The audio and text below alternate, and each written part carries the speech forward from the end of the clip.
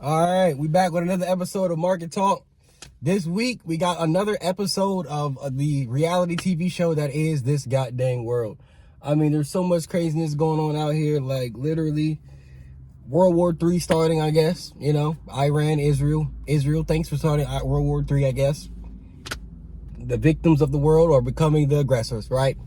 What world are we living in? Who knows? This is craziness. We got, more terror threats.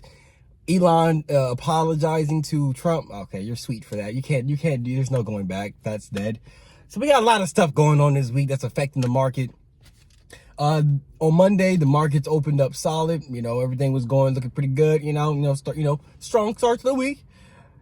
Friday, that changed. That changed by Friday. By Friday, that was no more. By today, that was no more. So let's talk about Elon first. Elon Musk. Actually, no, we're going to say that for later in the video. We're going to talk about World War III first, because that's obviously the most recent thing that happened. World War III is on the verge of occurring, and it's insane, because the tensions between the U.S. and China are building up. Tensions between U.S. and between all these other different nations is all building up. We're seeing it all happen right in front of our eyes. I'm not trying to be that fear-mongering guy, talking about, the world's gonna end, World War III. I'm just saying, bro, it's a lot of craziness going on, bro. And a lot of people, a lot of countries are not cooperating like they should be. And we're at each other's necks right now in the world. I think we're going to destroy ourselves with technology. It's getting to that point. Like, I can see us destroying ourselves with technology. We're like, the technology starting to like accelerate so much. There's gonna be so much innovation, so much like racing, so much like competitive, like, I need to be better than this country, and we're just gonna end up fighting and destroying ourselves, bro. That's what's gonna happen. Like Israel today, they sent some missiles over to Iran. They killed some generals, some craziness. Then Iran sent some missiles back, and they keep on tweeting on Twitter talking about remember, we did not start this. You will feel it. They talking about everyone will feel it. What you mean by that? What you mean by that, cuz? Like, Iran, they not playing no games. They said they got hit up, and listen, bro, it is what it is. They get back gonna be times 10. They said they get back gonna be times 10. That's what they saying. So we'll see what's going on there. I hate us. We're not gonna get political. We're gonna stop. Anyway, let's talk about Elon Musk apologizing for the statements he made to Trump. Do y'all think that you can take that back? He said that Trump was best friends with Epstein, and that's why the Epstein files didn't come out. Do you think you can just take something like that back? You think you can just say, you know what, I'm sorry, I think I went too far? But you already crossed the line. You already done called the man a pedophile. You called him a pedophile. You said he was with Epstein in them. Like, then he go next week gonna stay here. He apologized. He went too far, bro. He must have did some heavy ketamine, whatever drug he be doing. He probably went hard on it that day and just crashed out on Twitter, because he was going crazy that day. He was going crazy on Twitter that day. Like, it was insane. Now this week he's saying he apologized. He may have went too far, bro. You're a CEO. You maybe should have thought about that. You're not just a CEO. You're the richest man in the world. Maybe you should have thought about that before you tweeted the president of the United States a pedophile. So now, bro, Elon Musk is screwed, bro. He screwed himself. The only people he has now is the people. He screwed over the Democrats when he ran with Trump, gave Trump money, helped Trump win the election. He literally sided with the Republicans. Then now he's calling Trump a pedophile. He's saying that the Republicans and their big beautiful bill is crazy, not good, and is going to mess up the economy. He's made enemies on both sides, and now Elon only has himself and the people. And he's also lost a lot of people because of his whole government thing, of his whole political views and everything he's done over these past couple months. Like, there's no, like, Elon Musk is in a bad spot. Unless his companies can really make up for all the things that he's done, then it's not looking too good for your boy, because even in the next administration, what's going to happen then? Then if he gets to the Democrats, they still not going to throw him a bone because they remember what he did with Donald Trump. GG Musk. GG Musk. GG, bro.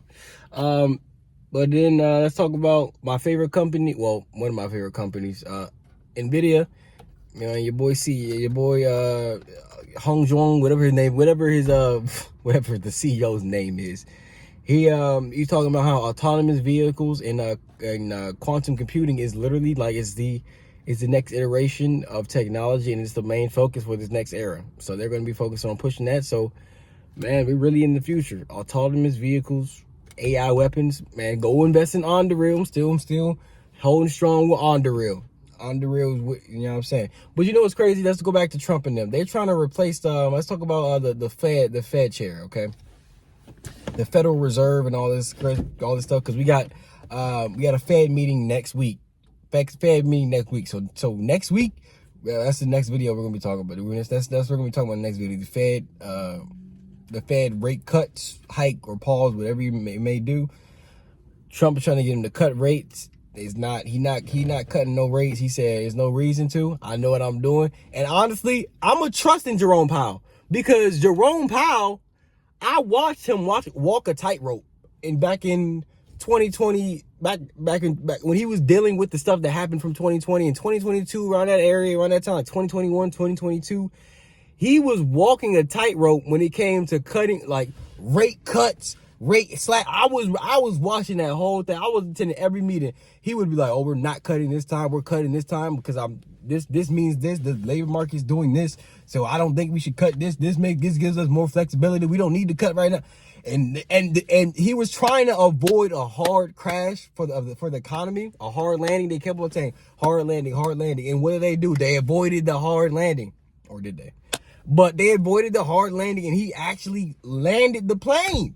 Like, I watched him walk that tightrope of when to cut rates and when not to cut rates. And I know that Jerome Powell knows his job. Like, I know that he's the man for the job. I mean, this man Trump is trying to replace him to get somebody to just cut rates, bro. Yo, we'll see how that goes. But that next week, we'll see how the rate cuts go, rates pause, whatever it may be. But we got a lot of craziness going on this week. Just a lot of craziness going on in general, bro. And we're only halfway through the year. We're not even halfway through Trump's presidency. I mean, it's just insanity. We'll see, bro. Honestly. But like, what else is there to talk about? I think that's pretty much it for this week. I mean, just more uncertainty, more craziness. You know what I'm saying? But at the end of the day, just stay. Oh my God. Oh yeah, I forgot to talk about crypto. I think crypto definitely tanked this week too as well. I think it was because of the conflict. Crypto tanked this week as well. So listen, bro, this crypto may never ever be the same. Not when I say crypto, I mean like Bitcoin, especially Bitcoin. Like, the movement of those assets will never be the same because they're so mainstream now. And I believe that the banks and government organizations probably own most of it at this point. So the price of it is not going to be moving that much because they're going to be holding on to it. They're not going to be selling, or they're going to be holding and keeping the majority of it. And they're probably going to be buying, if anything. You're trying to get more and more of it, trying to control the price of Bitcoin.